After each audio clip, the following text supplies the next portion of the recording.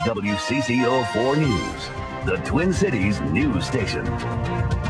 Do you believe in miracles? Back from the dead, defying all odds miracles? Scott and Miranda Gray Burlingame do. They headed home today with their new baby as a family. But without heroic medical help, that new father very easily could have been going home alone. The happy couple shared their amazing story of birth and survival with WCCO medical reporter Dennis Doda.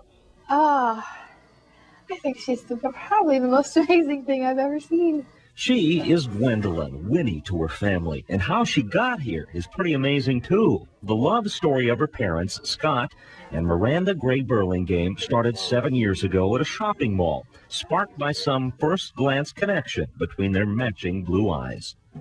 She was selling mittens, these big polar fleece mittens, and they weren't at all. At Mercy Hospital, Scott can pause to savor the meeting now, but 2 weeks ago he nearly lost their new baby, and for a short time he did lose his beloved Miranda. Essentially, then I knew she was dead.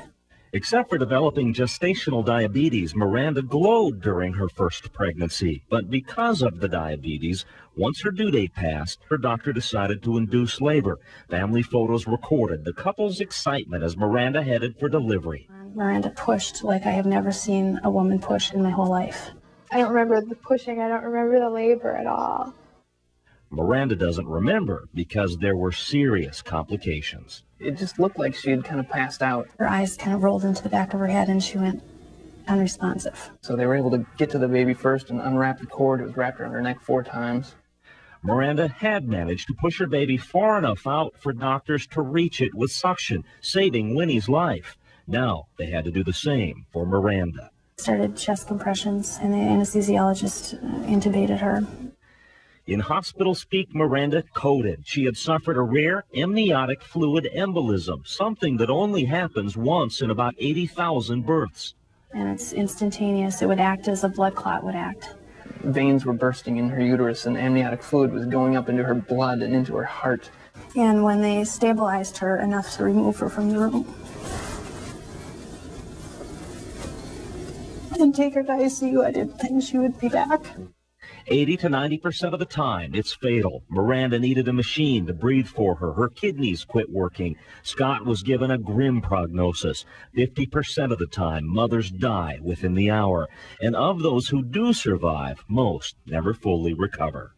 She might have to be on dialysis at home. Her lungs might fill with fluid. Her heart might have problems. Her brain might not be the same. She might have neurological damage for, forever. They just didn't know. I found a public bathroom and just shut the door and locked it and just sobbed.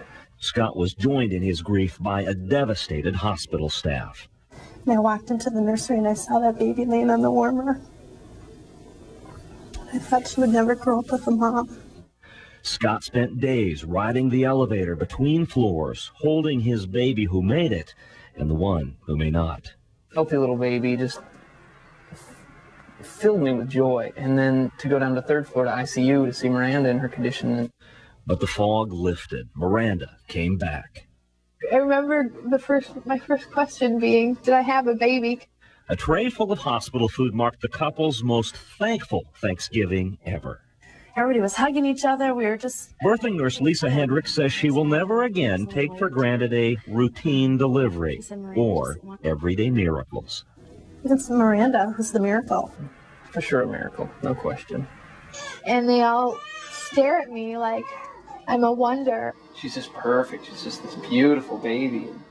A wonder to behold. And yes, medically, statistically, a happily ever after miracle. Dennis Doda, WCCO 4 News. Scott and Miranda were due a happy ending. On top of everything else, while they were at Mercy, Scott's dad was at another hospital having heart surgery. And just before they went to have their baby, Scott lost his job as a graphic artist to downsizing. Anyone need to hire an artist?